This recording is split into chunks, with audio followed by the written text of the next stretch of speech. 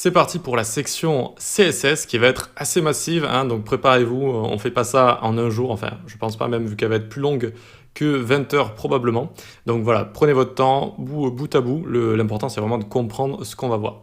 Donc le CSS, c'est quand on part de l'HTML, c'est-à-dire ce qu'on a fait juste avant, voilà, donc ça c'est de l'HTML brut, ce que ça nous retourne directement à des sites comme je vais vous montrer tout de suite, à un site que j'ai pris ici qui a été récompensé je crois pour son web design, je crois sur un site Awards qui récompense les web design, voilà, avec du style, des images bien placées, du contenu bien placé également, avec des dimensions qui vont être respectées et avec tout ce qui est responsivité, alors ça ne se dit pas, c'est le côté responsive, en français ça a été traduit par réactif je crois, c'est le fait de s'adapter à tous les écrans, et je vais vous montrer tout de suite que ça s'adapte très bien. Regardez, on va remonter tout en haut, on appuie sur F12, ça nous ouvre la console.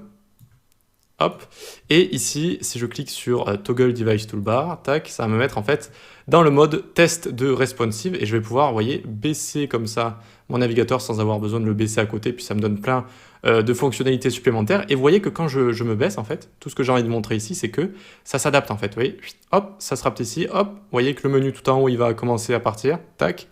Et alors, j'ai pas fait le test, hein, mais là, vous voyez, on va passer en mode tablette et on passe petit à petit en mode portable, tac, tac, tac, et là, 320 pixels, c'est le mode le plus petit écran de portable possible.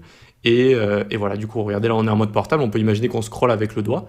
Et ça fonctionne très bien, on a le texte, on a les images, on a tout qui va très bien. C'est ça le responsive, c'est ça que Google, entre autres, note très durement. Hein, il faut vraiment que nos sites soient responsive, donc je vais vous montrer comment on fait.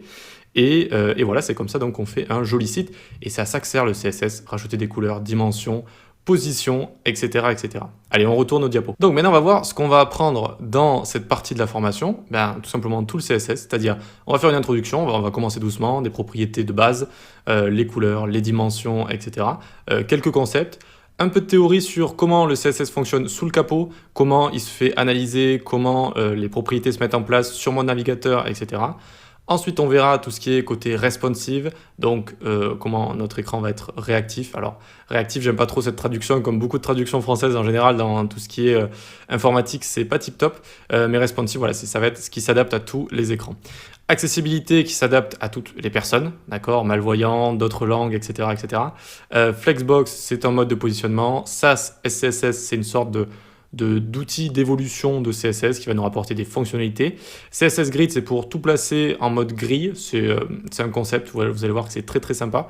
On verra également les animations que je n'ai pas notées ici, je viens de m'en rendre compte. Tout ce qui est animation et transition, j'adore ça, vous verrez que on va en manger pas mal et je vais vous montrer plein de petits exercices à faire. C'est vraiment, les animations, c'est assez fun à faire. En général, les gens aiment bien. Voilà, donc c'est ça qu'on va apprendre, on y va, on va démarrer tout ça, donc introduction au CSS dans les prochaines vidéos. À tout de suite.